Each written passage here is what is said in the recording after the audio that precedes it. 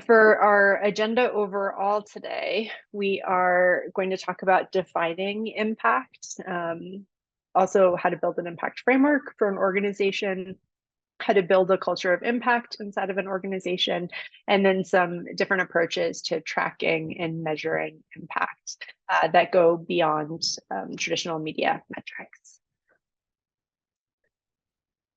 As Corinne said, I'm Lindsay Green Barber. I founded Impact Architects. I think we're about 7.5 years old at this point. I'm based in Colorado, and we work across the US and internationally. And I'll just say we have three big streams of work. We work directly with media companies to help develop impact frameworks and strategies for tracking and measuring that impact. We also do field building research, everything from inclusive content analyses to help understand how inclusive or exclusive content is, using social science research methods like natural language processing and content coding. And then we work directly with philanthropic foundations, both to help develop strategies for investing in news, particularly for folks who are newer to the journalism investment space, but who maybe fund things like the environment or education and have recognized that there's a role for journalism and media to play, but are trying to determine kind of how to go about doing that work. To working with foundations that are further along in funding media and journalism and looking for ways to understand the impact of that work so that they can, make strategic decisions, but also communicate the value of that work to their boards and others.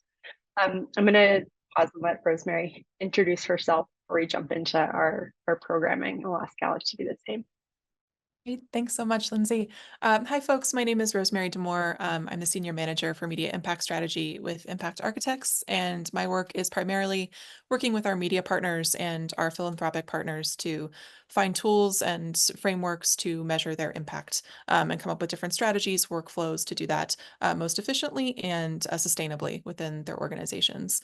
I come from a background of working in local news, so it's always great to be back in this community talking with folks and really excited to get into some of the particulars today. So thank you for having us. Now, I'm Alex Salins. I'm the Solutions Journalism Network Impact Manager. My role consists in understanding what is the impact of solution journalism on society, but also trying to track the dissemination of the practice across the media industry. Some of the things that I try to look at is particularly how news organizations can generate some revenue. There is a webinar that we did on this topic a little while ago that Corinne can signpost you to.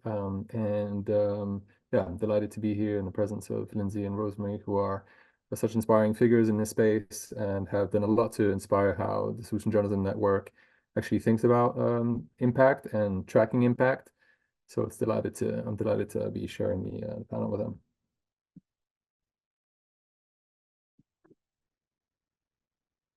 Thanks so much to both of y'all. And we're always excited to be in conversation with SJN and with Alex in particular. So glad to be here with us today. Okay, we're going to jump right in and we're going to start with big picture. Just what do we mean by impact? This is one of those words that I think can bring up, maybe surprisingly, maybe unsurprisingly, but brings up lots of emotions and feelings and reactions inside of newsrooms. It means something different to everyone. So we want to be really clear about defining terms here. And I should say, prior to founding Impact Architects, I worked at the Center for Investigative Reporting, which is a nonprofit investigative newsroom in the US that recently merged with Mother Jones, which is a nonprofit publication. And so much of this work started there, and I'm a political scientist by training, and I kind of arrived in the newsroom with the mandate to measure their impact, which I didn't know what that meant, nor did anyone in the newsroom, which is why they had created the position of media impact analyst. And so I spent a lot of time talking with journalists, both inside of that newsroom and then across the field, to ask, what does impact mean to you? And I think at the time there were like 45 reporters, and I had 45 coffees and got 45 different answers. But what I found when I started to put those into categories, both within CIR and then again across the field, is that in general, impact falls into four major categories for journalists and media organizations. There's a lot of talk about institutional change, especially when we're thinking about accountability reporting and some explanatory reporting. So, policy change is often the gold standard in public service and accountability reporting. It's often what awards are awarded for. Same like corporate change, especially for looking at like malfeasance. And then there's also a lot of talk about individual change at the level of folks in the audience. So we do reporting and we want people to know more, to have different questions, to maybe behave differently. I'll say there's quite a lot in the context of solutions journalism, both in terms of research and just practice, where there's a lot of learning about what does solutions-oriented reporting mean for people's psychology in the audience. Like, how do they react? How does it affect people's affect, their ability to get involved in an issue or to take action?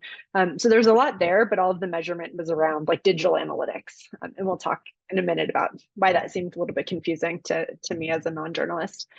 Then there's also a lot of talk about network or community level change, especially in the context of local reporting. Like, we think local quality news and information is important because it creates shared identity, shared narrative, shared sense of reality. It brings people together around issues. Again, but how do we measure that? How do we like quantify or qualify it? And then finally, media amplification. So especially for nonprofits, or again, local organizations where you're doing reporting and then you see other media outlets picking up your work and it kind of spreading and starting to spur public discourse or conversation, is something that we all know is important. But again, how do we like measure it? So given this diversity of change, the definition we work with is broad. We joke about like a big tent impact. We talk about impact as the change in the status quo resulting from any intervention, be it a text article, a documentary, a live event, a TikTok video, a play. I mean, just like journalism does all kinds of incredible things now, and any of those interventions that spurs a change that you can observe out in the real world, to us equals impact.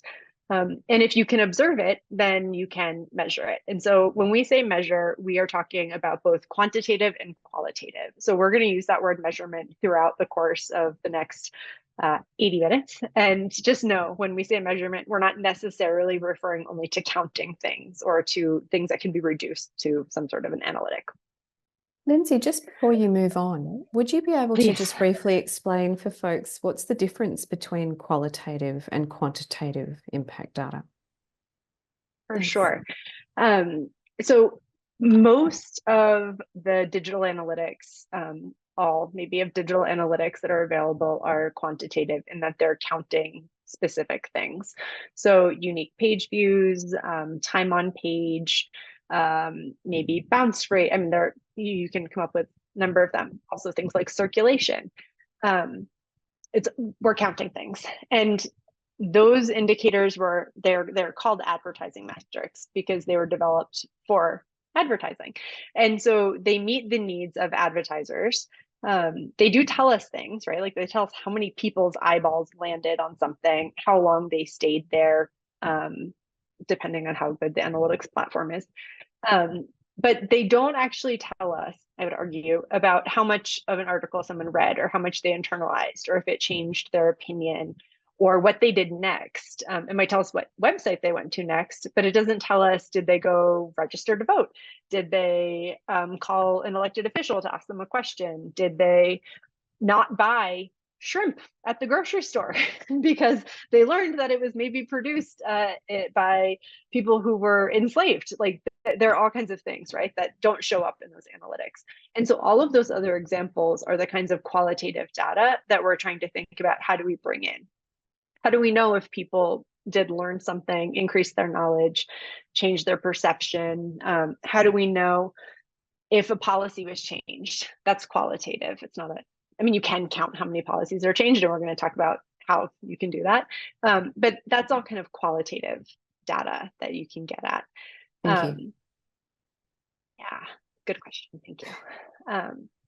And this graphic is our attempt to kind of bring all of these different types or categories of impact together and show how it's a little bit messy. So there is a reason. There are kind of a lot of arrows and things going.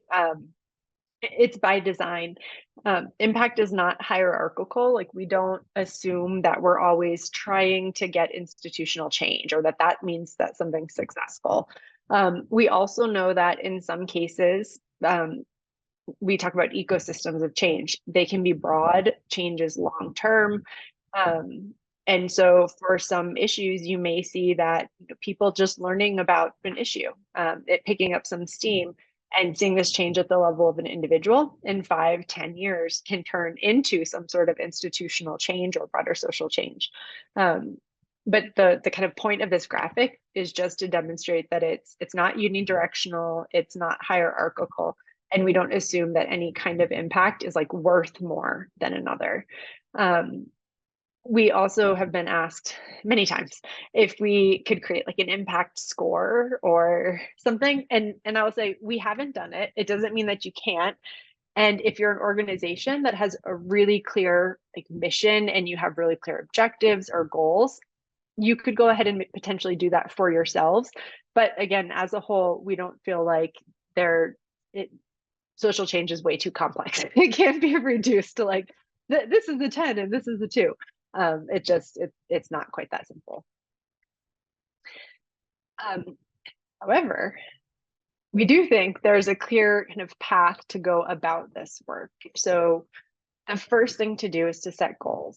And when I say goals, I am not saying, I want to be really clear, we are not saying my goal is to change policy X, or my goal is for bill Y to be passed in government or something.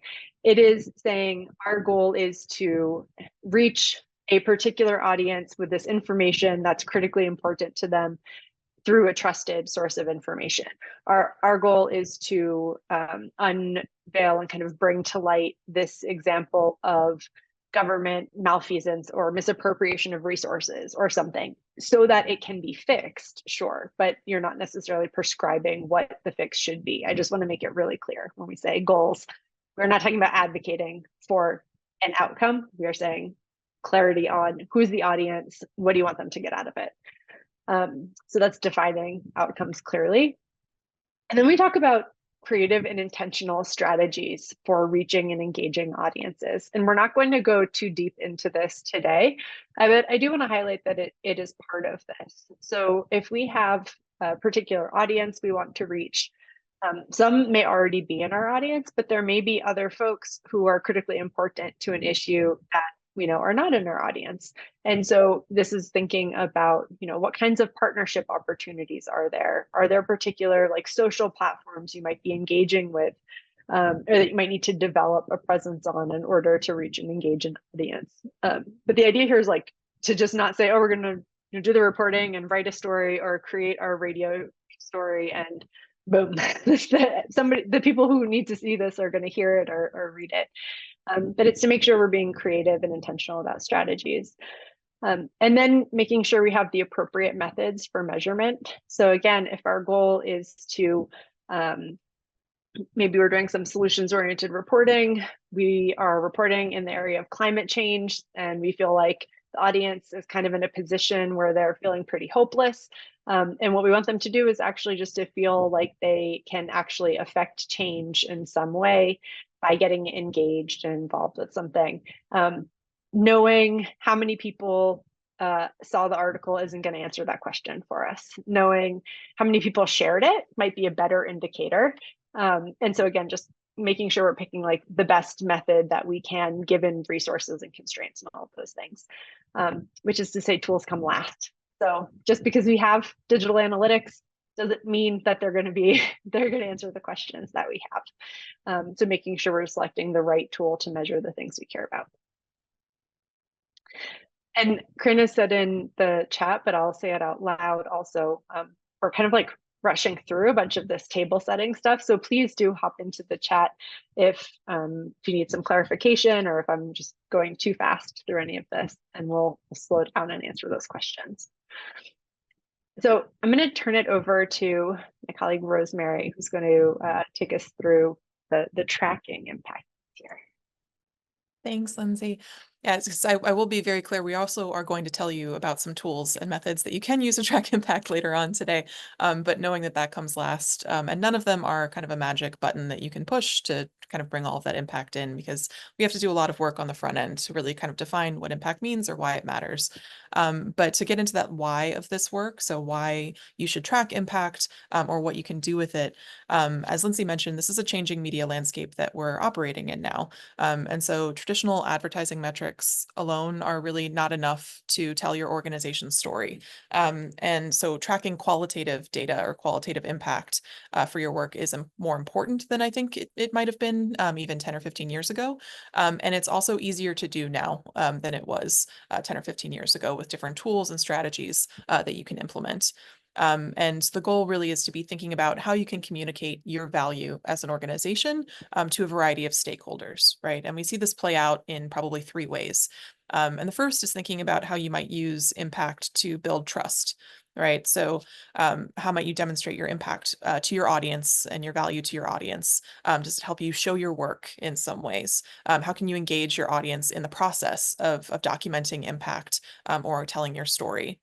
And the second is thinking about your editorial workflows or strategies, right? So how can you surface trends or resurface trends in stories through impact tracking to help keep your content relevant and reflective of the communities that you're serving? Developing a process to centralize information that exists in your organization and ultimately, contribute to your efficiency as an organization. And then the third method here, or the third way that we think you might be able to use impact tracking is for institutional support. So if you're doing grant reporting or sponsorships and even advertising, often require some documentation of impact. And so if you're able to tell your story more completely or fully, how can that help with existing grants or in gaining new advertisers or pursuing other forms of new funding for you in the future? So if you can pop into the next slide, please, Lindsay. Thank you. And so we'll go from here thinking about ideas and concepts to really the execution of tracking impact. And that starts with building a framework for this, right? And we see this come in 3 steps. If you can just hop into the next 2 slides, please. And so a framework is really a tool for organizing your thoughts, your data or other information. And it's pulling those outcomes that Lindsay was mentioning here of thinking things that you're hoping to see happen in your community with data points, right, or indicators for your work. And to get to that framework, there's a 3-step process. And the first one here is in defining your impact, right? And the guiding questions that we might have for you as you're developing a framework are thinking about what success looks like for you as an organization. And for some, it could be having a more informed and engaged community, right? That could be a potential outcome. For others, it could be institutional accountability. And success really depends on your mission, on your goals, could depend on your geography, or even your capacity as an organization. And so you should also be thinking about what you'd need to see in the world to know that you're making progress towards impact as a piece there. Rosemary, And I think just before you move on, if we just go back to that slide for a moment, this is, I think, perhaps one of the most important points and also points of tension around the adoption of solutions journalism, in the sense that when we say, I went into journalism to make a difference, or I want my storytelling to have some kind of social impact, how do we think about that? And I know you guys have been thinking about this a lot, in a way that's not advocacy, it's not campaigning, and it's having impact in a way that's also editorially, not just editorially robust, but editorially justified. That's a big question, but I think it's something that comes up quite often. And Alec, if you also want to weigh in on that at some point, you're most welcome. I think it would be really interesting to just touch on this for a moment.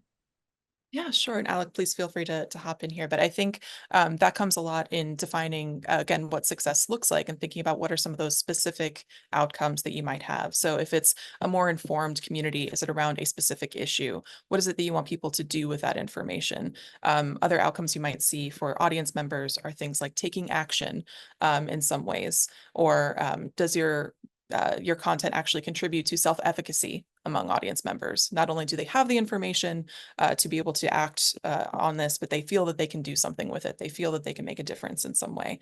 So pulling together lots of different outcomes among these different categories that we lay out here can be really helpful in giving you that full picture of if you're contributing to solutions and solutions journalism. But Alec, if you have anything to add there, please feel free to hop in. Yeah, it was a great response. The only other thing that I will add, if my internet connection stays solid here, is that solution journalism is definitely not about advocacy. It's not about trying to predetermine any outcomes. It's not about telling anyone what a effective solution is. And requiring that response or solutions to be implemented by anyone.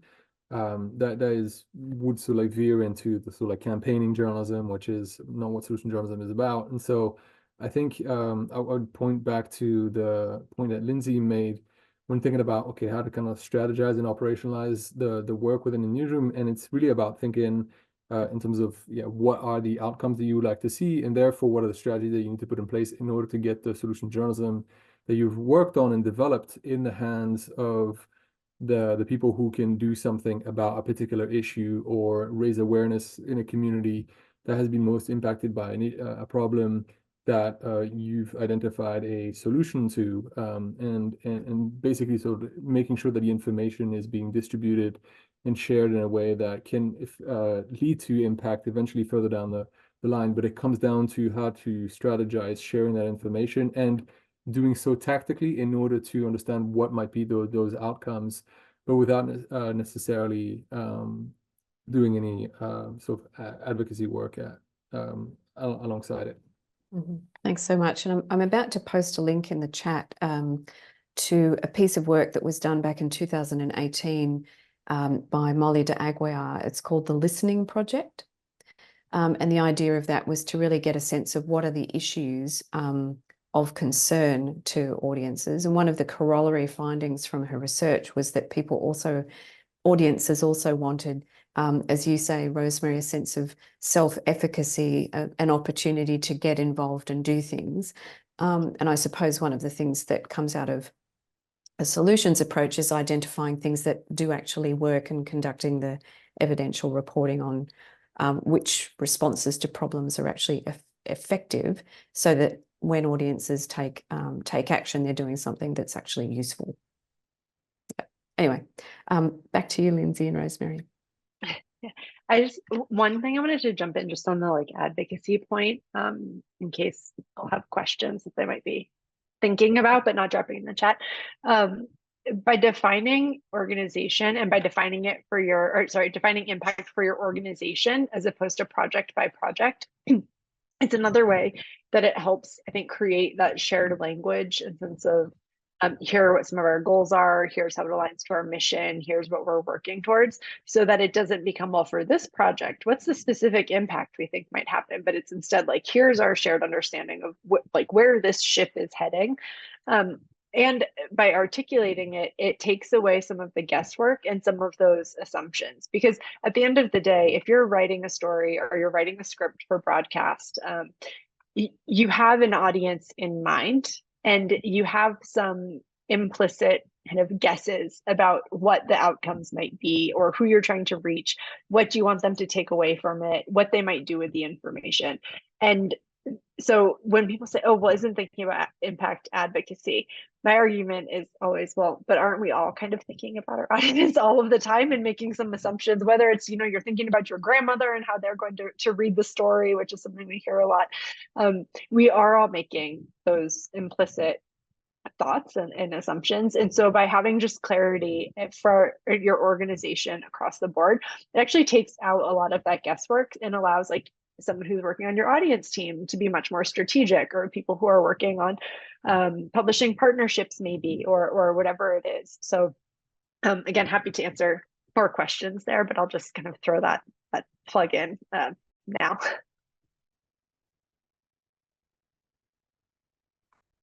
Great, thanks, Lindsay. And I see in the chat, John King, you've asked some examples, how some examples might be different depending on the medium. And that is something that we can get into a little bit here, especially as we talk about defining success. But just as kind of quick response for that, I think obviously the reach or the specific mediums that you might be able to use to capture that impact obviously will kind of decide what those indicators are. So if it's the number of listeners versus the number of viewers on a page, but specific things around outcomes of, increasing awareness of issues, or seeing kind of increased networks forming as a result of your work, those might be universal, not dependent on a specific medium. But we can talk about that a little bit in the the coming slides here.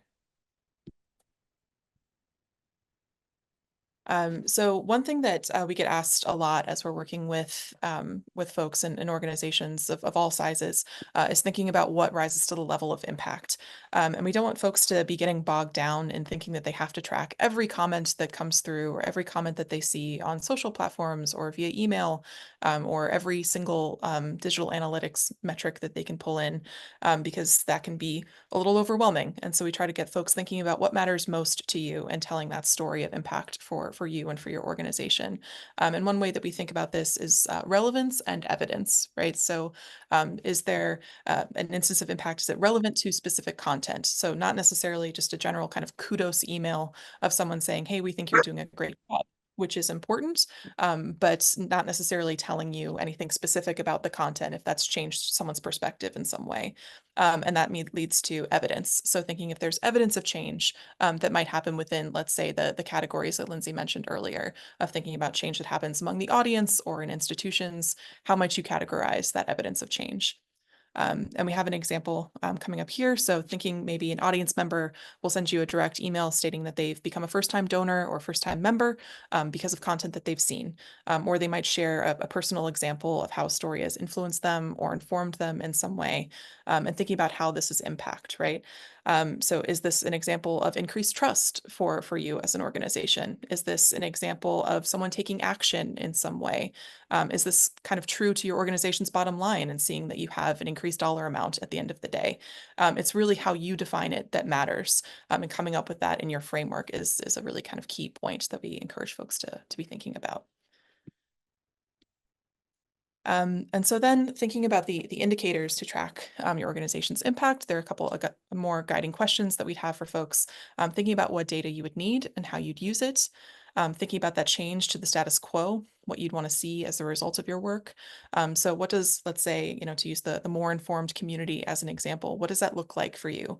How do you know that that's happened? Is that from direct audience responses? Is that being solicited maybe through a regular audience survey that you're conducting? How might you gather that information? And then thinking about where your data lives, right? So is it directly with audiences? Does this live in open records with government officials? Does it live in republication or in Google alerts somewhere? What are some ways that you might be able to find this information and capture it? So here's 3 indicators that we've seen some folks use as they're getting started in tracking their impact, and thinking about, is their work the basis for legislation in some way? Did it reach a broader audience, maybe a national audience, maybe an international audience, depending on your organization's goals? Or did it catalyze any action within the community? And we have a list of 22 impact examples that you can be watching for. So that's included in the resources for this webinar. So folks will have access to that at the end here. So you can see maybe some examples that might surface in your work or things you can build on from there. And then the final piece of building a framework here should really address how this work is going to happen, and how this impact is actually going to be tracked in the day-to-day for your organization. Again, some guiding questions of thinking about your organization's culture and what that looks like.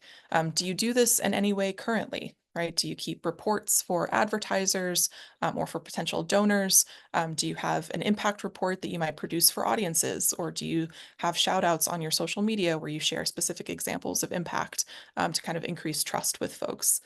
How do you track your impact over time? What technology do you need for this? And we'll talk a little bit more about platforms shortly, but thinking about what tools you currently use, not needing to necessarily reinvent the wheel. Do you have a Slack channel that you use to kind of document impact? Does this live in somebody's email? Does it live on your desktop in an Excel file? What does that look like for folks? We've had a lot of journalists and organizations that we've worked with, folks who keep a Damn I'm Good folder or a dig folder, where they're kind of keeping examples of impact on a regular basis, but not necessarily sharing that broadly with their organization. So thinking, what is it that you're currently using and how might you share that? And then finally, is this owned by one person or is it owned by multiple people within an organization? Who's responsible for collecting data? If a reporter has direct access following a story, what kind of information can they provide about the impact of that work? So just some questions to be thinking about here. And so we have an exercise here that we'll drop some things in the chat here, but thinking, get into a little bit of brainstorming about what success might look like for you or for your organization. And we'll take a few minutes to kind of think about this, maybe come back together and drop some examples in the chat here.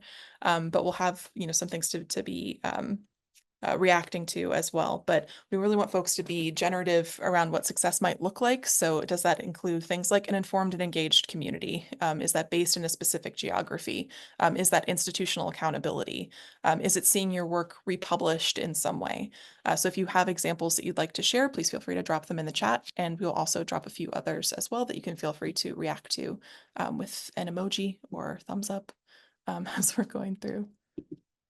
So while folks are thinking about that, so that we sort of keep things, I suppose, don't have dead air in our webinar, I was just thinking, impact is something perhaps that news organisations might have a sense of when it comes to traditional revenue streams. For example, how do we demonstrate back to advertisers that there's a value in paying for advertising on our platforms? But social impact, perhaps not so much. And I just wondered if you've seen the emergence, I know you're based in the US, of perhaps more thinking around how to engage philanthropists and donors and the kinds of impact that they would be looking for, because that might be new for some of the folks that are joining the session today, might be altogether new, the idea that you need to demonstrate that impact and what does it look like?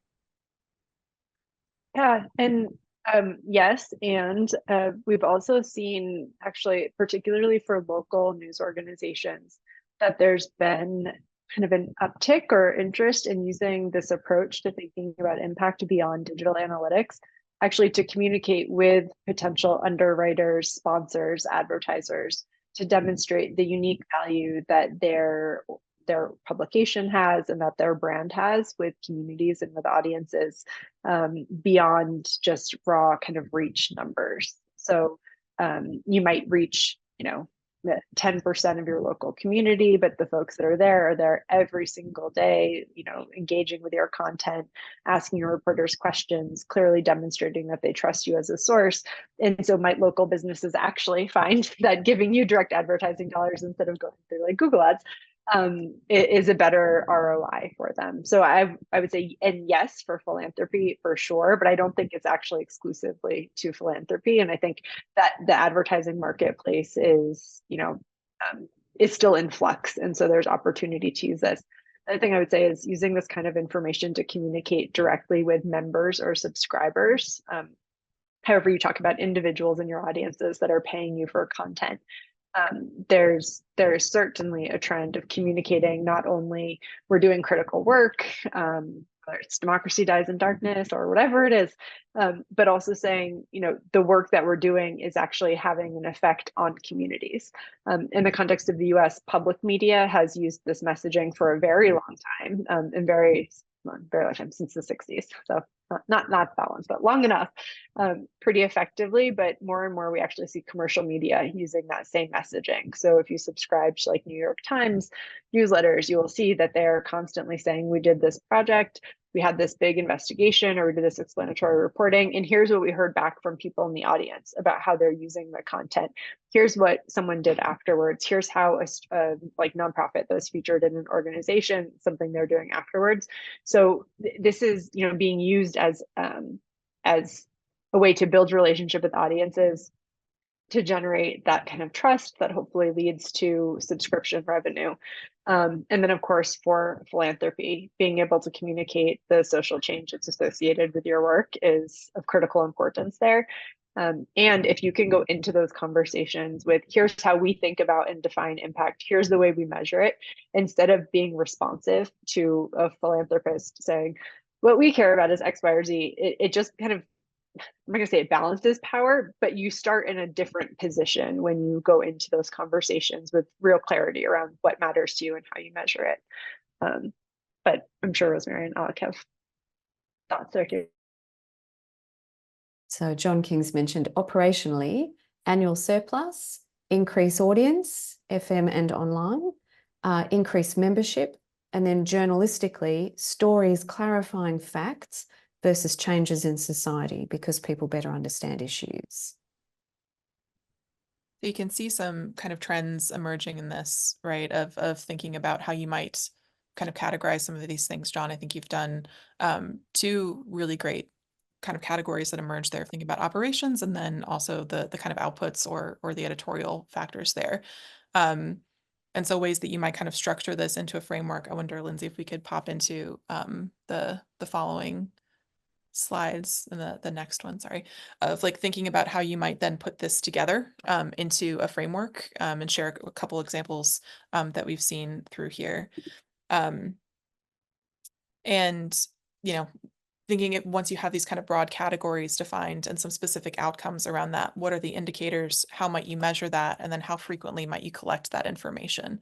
So this is something that you could put together with multiple examples or multiple data points or outcomes that you could tie into a framework here. But if you're thinking about how you might, you know, categorize or think about impact among audiences, one outcome you might be looking for is increased knowledge, folks learning something new as a result of coming to your publication or reading your stories.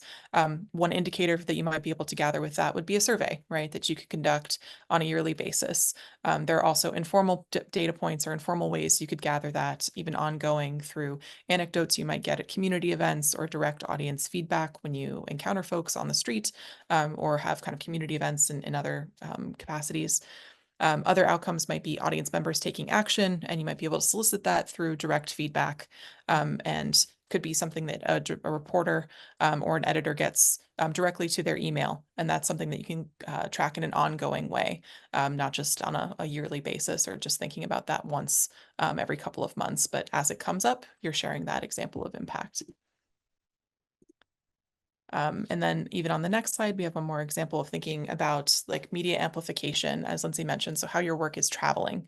Another way you might kind of categorize this, if your work is republished in another outlet, tracking that through a tracking pixel that you might be able to embed on your stories and doing that data collection monthly. Or if your content or data is cited by another outlet, using simple Google alerts to do that, which can be a free tool that you can use to track this information. And those two things are then also automated, right, in some ways.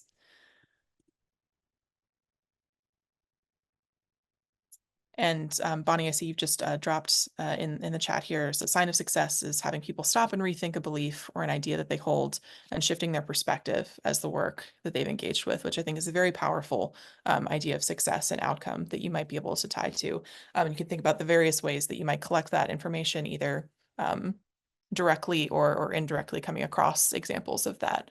And we want to point out that as you're kind of getting anecdotes that might happen, so not necessarily directly solicited through things like surveys or formal routes, those anecdotes that you're getting, if you're tracking those in a systematic way, you do get a usable data set, right? A usable qualitative data set. That's something that we want to encourage folks to be thinking about. But Lindsay, anything to add there from folks in the... Yeah, these are some great examples. I love this idea of like reducing news avoidance as a way to think about the impact of work, and also engage building marginalized audiences from Kate Roth there. And that last one, engaging marginalized audiences, I'm gonna close my shutter there in a moment to reduce the sun behind me that's about to set. John Marchant had asked about, are we concerned thinking about kind of key audiences or target audiences, and does that get us too close to influencers, or just kind of like where's the line? And so that is related to thinking about marginalized audiences. But when we're working with organizations, we'll often, when trying to help define who are some of the key or target audiences, if it's for a specific story or project, we may ask, who's most affected by the reporting and who thus should kind of normatively, who should have access to that information.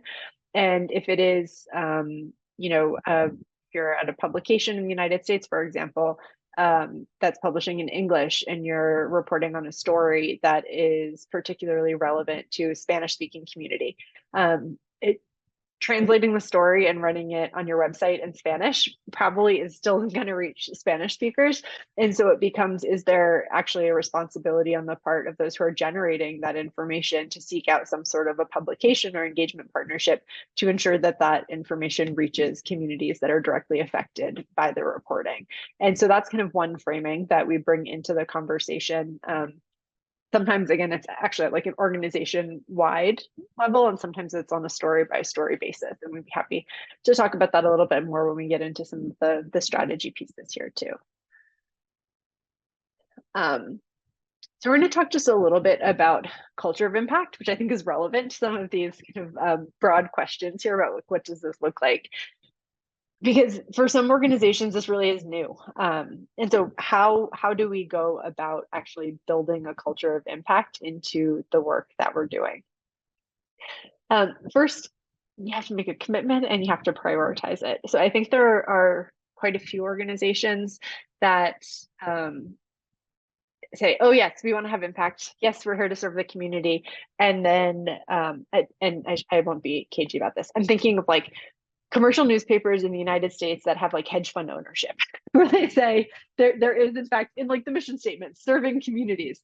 But then at the end of the day, what the commitment and what the prioritization is up is pure profit margins, because that is the incentive structure that's set up.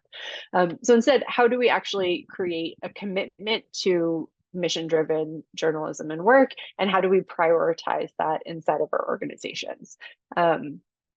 Once you say, okay, yes, we're committed, we want to prioritize that, you have to recognize that has to become part of the workflow. It isn't just going to magically happen that you'll begin to have even more impact and that you'll be able to document it and measure it.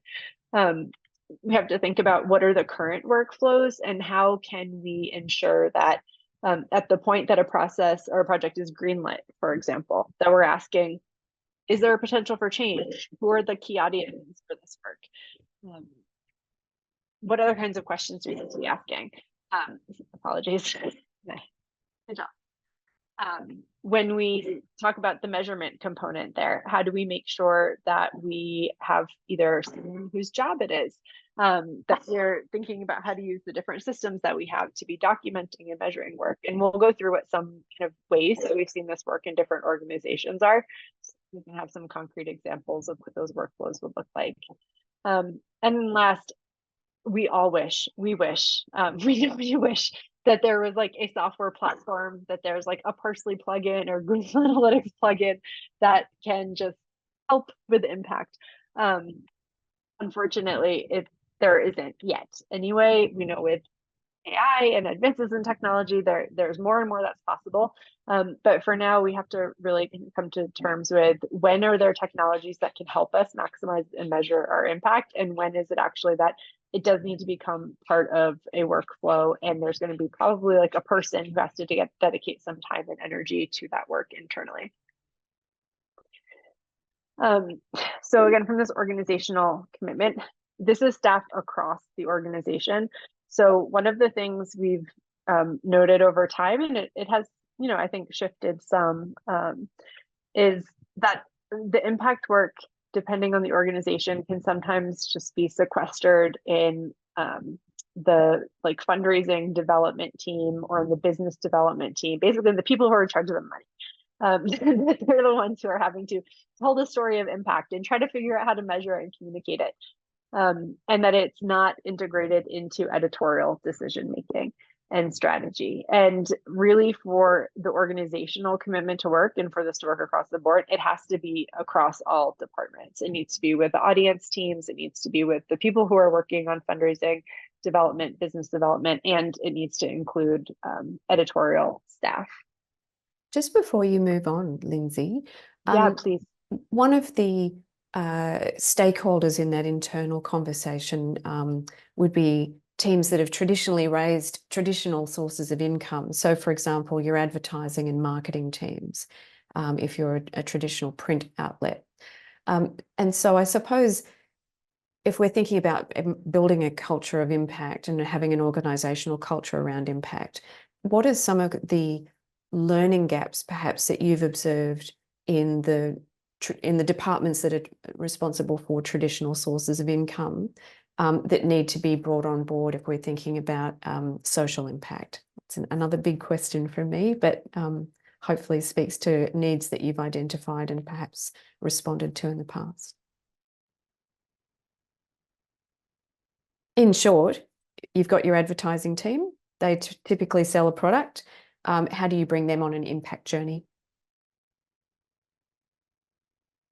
I can speak a little bit to that, maybe. So I think that kind of socialization around impact is very important, and getting folks, as we're kind of talking about here, that buy-in from the beginning is kind of a critical piece, and having folks understanding, as Lindsay mentioned previously, of what are kind of the shared visions or overarching goals that you have as an organization. And so how do then all of these additional metrics or outcomes contribute to that? So it's not just something like traditional advertising metrics that matter, but getting folks to expand their notion of how they're thinking about impact. And the socialization around that can look different depending on the organization and maybe how embedded some of those beliefs might be.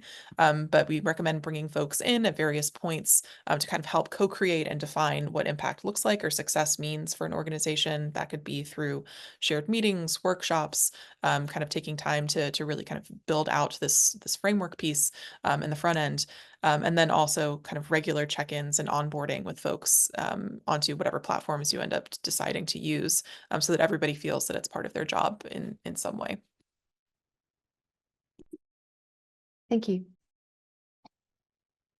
Yeah, I might just also mention some work that we, I won't say work that we did, but we supported a project that URL Media in the US has been working on so URL, for folks who don't know, it is essentially like how do you describe it? An organization that's an intermediary before organizations led by and serving people of color in the US and advertisers. And so it essentially works as the intermediary there, and they're struggling with the advertisers are looking for large units of audiences, and that most of the publishers that they work with are serving very, I would say small, but they're serving very specific audiences.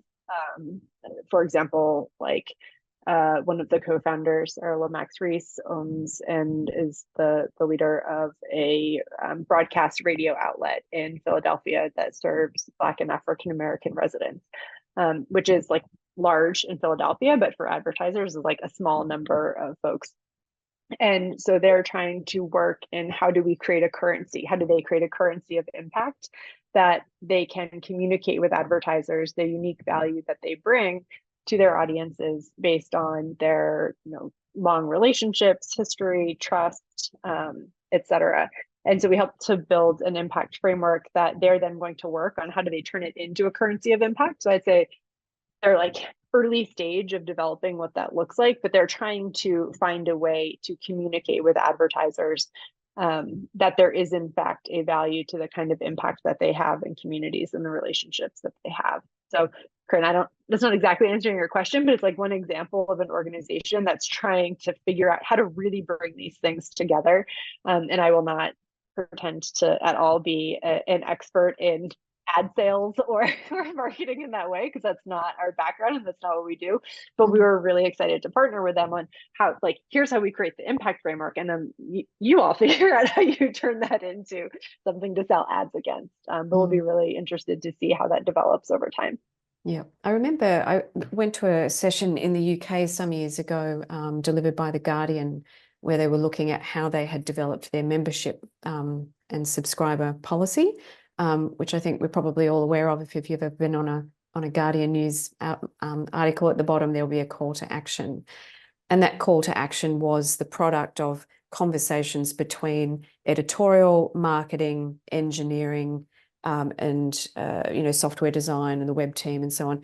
Everyone had a part in those conversations to develop that call to action and make sure that it resonated in a way that would drive revenue, but also demonstrate impact. So it's just an interesting, I think, thing to think about is how would one convene? This isn't a question, it's perhaps maybe a suggestion for participants, is to think, how would you convene that kind of conversation at your news outlet?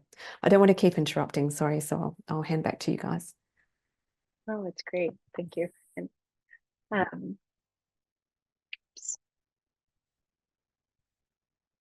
at that. So once you have that, once you have a commitment, then how do you think about like embracing this culture of impact across your organization? Again, we start always with defining what that looks like, what the framework looks like. I see in the chat there are some resources being shared that really appreciate about ways to go about like measuring awareness. The first thing though is you have to know, like, is that a goal? Are we trying to raise awareness about issues? And so this really is about how do we set out a framework for impact? How do we know what our goals and priorities are? How are we going to strategize around it? And then again, we can get into the how are we actually going to measure it piece. And again, across the organization, but buy-in at the top is really important. We've seen organizations like the Texas Tribune, for example, has actually built into their staff like 360 reviews annually, understanding about impact. And it is not like, did your story again like spur some sort of policy change or something? No, it's, are you participating in the organizational wide activity of thinking about the impact we're going to have, documenting change over time? And so again, it's about workflow as opposed to the actual results. Which gets into the dedicated workflow. It can be distributed across staff. So this is one of those when I talk to 45 reporters, still haven't, it literally just happened in a workshop we did last week where unsolicited from us, we had, I think there were like 10 reporters in a room, and they started saying, well, I have all this information, it's in a Google Doc. And someone else said, every time I find out about impact, it goes into a folder in my email inbox. And so folks have ways that they're already dispersed, paying attention to the impact that your work has, especially reporters and editors, right? Because you care about the work, because you're going to fill out a fellowship application in the future, because you're going to fill out an awards application in a couple of months. And so folks you have a system often for keeping track of this. The problem is you have 40 reporters and you have 40 systems, or you have 4 reporters and you have 4 different systems. And so the question becomes, how can you create a system that takes all that distributed work and puts things into one place where you can do broader organizational sense making and use that information for all different reasons, including still your awards application and your fellowship application and other things. And so that there's a little bit of work that everyone is doing. Again, creating that culture of shared impact, shared work, but also meaning it doesn't have to be any person's full-time job to try to track down all of this stuff. So that's kind of the distributed system. We're going to talk about as the front end form. We're going to get into the details. I'm not actually going to jump into that right now because I want us to get to the impact tracking piece. I'll say it's distributed. Everybody's doing a little bit of work. Or you can have a centralized system where it is in fact one person's job, where you can have someone who is an engagement and impact editor. We've seen organizations, the Bureau of Investigative Journalism in the UK, I think was maybe one of the first places that actually created a role of impact editor. And it's a job we've seen popping up in other organizations globally since then. And so it can be a person who actually owns the whole process of impact in an organization. It really just depends on what makes the most sense for, again, where you're working, how you're working. And then finally, okay, when can you actually bring in the tech? So you have kind of your culture, you have your framework, it's going to be distributed or it's going to be centralized. And then it's, what do we do about it? And particularly, what do we do about all of that kind of qualitative out in the real world, happening offline where we can't see it information? And I'm going to turn it over to Rosemary, who's going to talk about that. And again, please feel free to drop questions in as we're going through. Thanks so much, Lindsay. And so, yeah, so thinking about what the simplest way to do this might be for organizations or for individuals who are thinking about tracking their impact. And we know that folks do this in different ways depending on the structure of their organization. And if you could hop into the next slide, please, Lindsay. So you implement this in different ways, depending on the structure of your organization, your goals, also depending on your budget, right? So not everybody might have the opportunity to have access to high-powered social analytics tools, or listening tools, or events, or even dedicated staff that they can do for this. So we find, I'll talk about a workflow that we use with our media partners, is working with a simple front-end form where folks can enter in examples of impact, and then having a simple database that keeps and captures that information. And the form asks questions that reflect the data points that you're most interested in gathering. Things like, did this instance of impact demonstrate that your work was republished or shared widely? Did it show that there's increased awareness of a particular issue, or that you're seeing increased trust with audiences in some ways? And so there's a simple form and spreadsheet that kind of holds that for people who need to kind of access the nitty-gritty details most closely. And when it comes to selecting platforms that work there, there are so many that are emerging all across the world at this point, which is really amazing to see this kind of movement take place in different ways. I'll talk a little bit about the one that we have here. I know Alec can speak to Solutions Journalism Network's impact tracking tool. We've seen a lot of folks use Airtable platforms to kind of set up ways to measure their impact or track it regularly, and lots of different kind of contexts there. I think Resolve Philly is a publication in Philadelphia that has a free template tool that you can use as well. So folks should take a look at those. But in selecting the platform, it's really helpful to think about what you already use, what tools you're already using in your organization. Do you have access to Google, or do you use an Airtable form, or do you have just a simple spreadsheet that you're already using to collect some of this data? For awards reporting, or for kind of keeping record of institutional accountability, so that you're not reinventing the wheel and just using something that's already kind of baked into the work culture piece. So the impact tracking platform that we use, we saw a need for finding a technical tool that could organize impact data, but then also connect to this broader approach for impact and how we're defining impact, what frameworks we're using, identifying it within the organization. And the impact tracker that we use is a way to centralize that unstructured data that probably exists in various places in a newsroom, and primarily that qualitative data. And originally existed in a different format with the Center for Investigative Reporting. It was actually launched by Lindsay many, many years ago. But now we have transferred this platform into Google. So it is a free template version that folks can access and create and customize to their own needs. But so in thinking about the tool that we use, we wanted to find an open source platform that could be used with existing tools or existing things that folks might be familiar with, things like Google or Google Forms, the Looker Studio. And so our impact tracking platform uses that to just create a simple structure and workflow for you to be able to enter in qualitative impact data if and when you come across it. And so You might just want to back up a couple of slides there. yeah, one more back. Yeah, there we go. perfect. Yeah, so there's different data points that you could use to track this information. The way that we see this is that there's a simple impact entry form that is used using Google Forms. Those entries live in a simple Google Sheet, and that populates a Looker Studio dashboard. And other potential data sources that you could use with the Looker Studio are things like news clipping services, if you use a Meltwater, or even Google Alerts to kind of track your media mentions. Your Google Analytics are some things that you could connect kind of seamlessly to the platform. You could also include things like results from audience surveys or other data points that you might want to include that then get populated into this dashboard.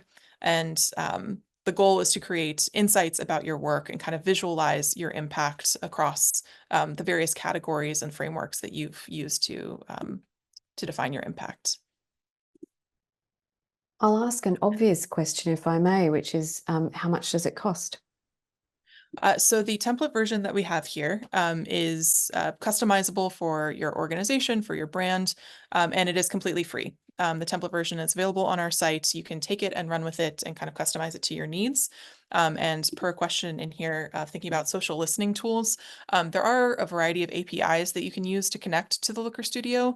I think some of them pull in from various social platforms, but they often run a cost for those. So I think you get a free trial with some of them, but the social listening piece would be something that you could integrate either through an existing tool that you're using or an API connection into the Looker Studio here. So we think that this platform is useful for folks who are looking for a starting point of thinking about tracking their impact, but then also for organizations who might have had a little bit more experience and are looking to kind of visualize that data and get to a dashboard that they can share more readily with folks. That you can start with a tool like our impact tracker or other tools that are out there like Resolve Phillies to get started. Thanks so much. Sorry? Now we can open up for questions from folks. And Just before also, we do that, Alec, you've posted a link in the chat box to SJN's version of a form-based impact tracker. If you like, perhaps Lindsay and Rosemary, if you want to stop sharing. Alec, you're very welcome to share your screen to just talk people through what that form is and how it works. If you have a moment, that would be amazing. So yeah, the form that we built is not as easy to kind of set up as the Impact Architect tracker. This is something that was developed in Form Assembly. It connects to Salesforce, which is our customer relationship management system. And so usefully, all the information that we put in here, if it relates to an organization, an account that we have that is part of our network, we are able to basically match the impact information to that account, and it just helps us just understand how our network is faring in terms of generating impact or impact information at the very least. So this is perhaps a little bit more elaborate than a simple form that you could use and develop on your end. One of the things that I think is interesting here is that if you were to sort of click at the top of this of the form to get more information about the types of impact areas that we care about the Solutions Journalism Network, you would have a little drop down that basically breaks down the impact of solutions journalism that we see like societally and also across the industry. So there's some definitions there. And then the form asks for some information, and it asks you to select an impact category, which basically means that once we review the information on the back end, we know what the information relates to in terms of our taxonomy and the framework that we use. And so it helps to kind of understand, okay, what area of impact are we talking about? We try and surface like the media type. We invite people to just have a punchy headline and then give us a bit more information, more detail in this box here. We invite people to share links. So that's a basically easy way for us to collect as much information about impact as we can.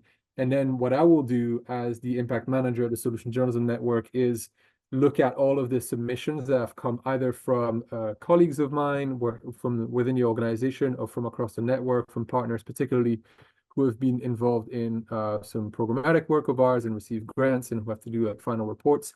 The impact tracker is a part of the reporting process. And so I will look at the back end on Salesforce at all the information that's been submitted and just assess what actually is impact and isn't quite impact based on what we consider to be important for our own taxonomy. The only issue here with this tracker is that information that is submitted is shared with us. The person who submits the information will receive a confirmation email with just a breakdown of all the information that's been submitted, but it's not something that can be accessible on the back end for other stakeholders across the network or otherwise. So yeah, it might not be the first port of call for you to submit information about impact and track it for your organization.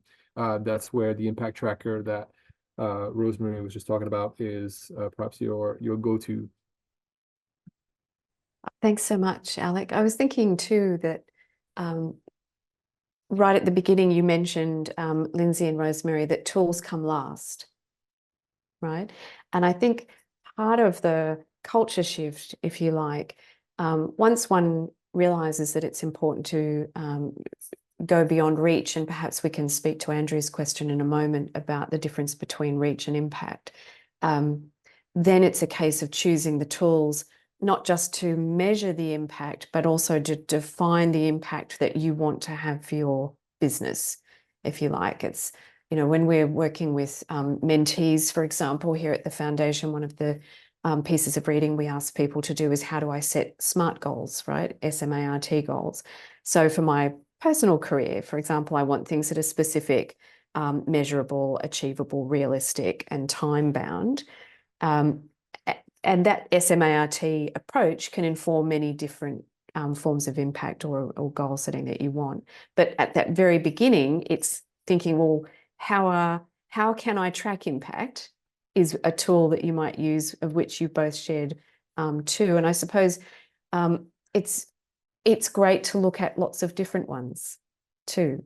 So the impact tracker that the Solutions Journalism Network has put together might inform the design of an internal facing one once everyone on the call who's trying to have different kinds of impact has worked out what that looks like and what they need to capture.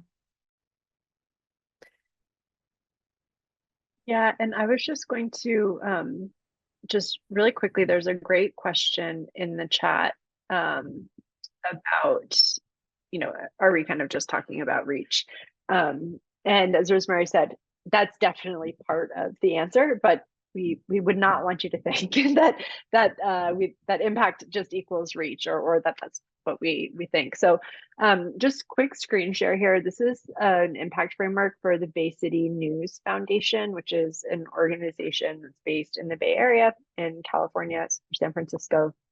And they have given us permission to use this when we do demos with organizations. So they know that we show this to people, and we are permitted to do so. But this hopefully will just give you kind of a sense of the diversity of the different kinds of impact that an organization might be looking for. So you'll see these categories kind of align roughly to the framework that we showed at the top. So individual impact, community or network, institutional, media amplification. And then I'll just say they also have organizational impact. So some of the examples that people gave in the chat when we kind of paused to do a little bit of brainstorming fell into this organizational impact, you know, increased revenue year over year, other internal indicators that you might be looking at. And we certainly encourage organizations to, you know, bring those internal indicators into your framework.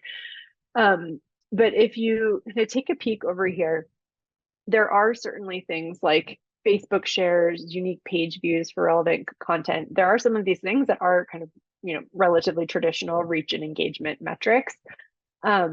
You'll see then when we get down into some things like knowledge, then it becomes a little bit more about doing surveys with your audience or looking at offline impact tracking, which is, you know, that kind of organic feedback you're getting from folks, and using one of the two systems or another system that Rosemary and Alec just shared about how you'd be documenting that through offline impact tracking.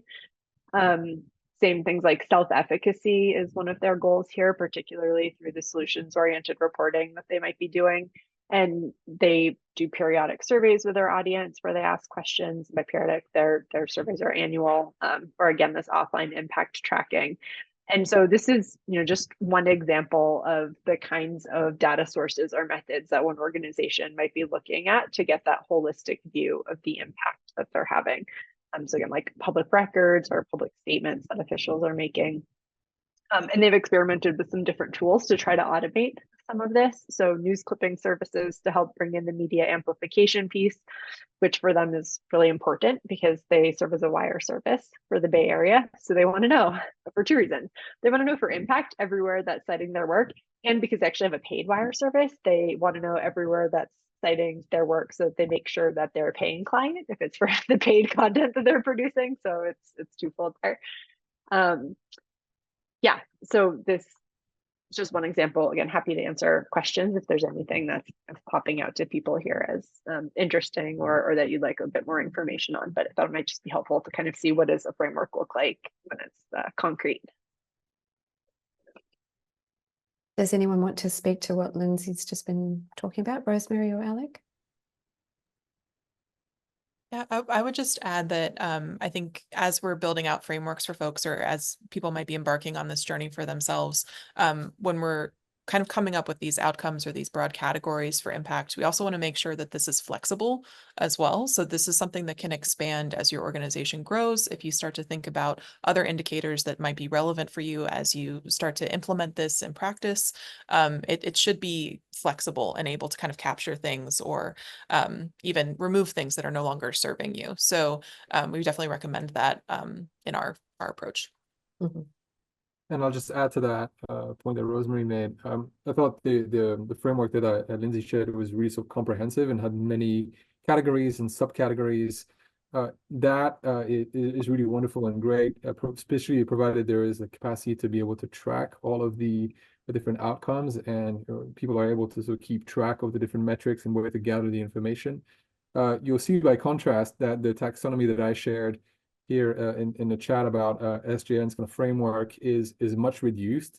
And in fact, we started with really like a whole checklist of maybe like 20 to 30 different types of impact that we could track. And what we realized is that we could actually sort of agglomerate those in umbrella categories and basically simplify the framework in order to actually socialize better the understanding of what impact is according to what we care about tracking.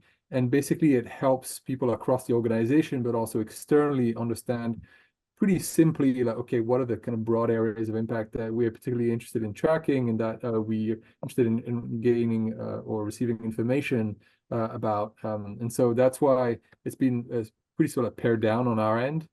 But that's the result of, yeah, trying to sort of simplify and just kind of make it a bit more easy for people to kind of understand and engage with.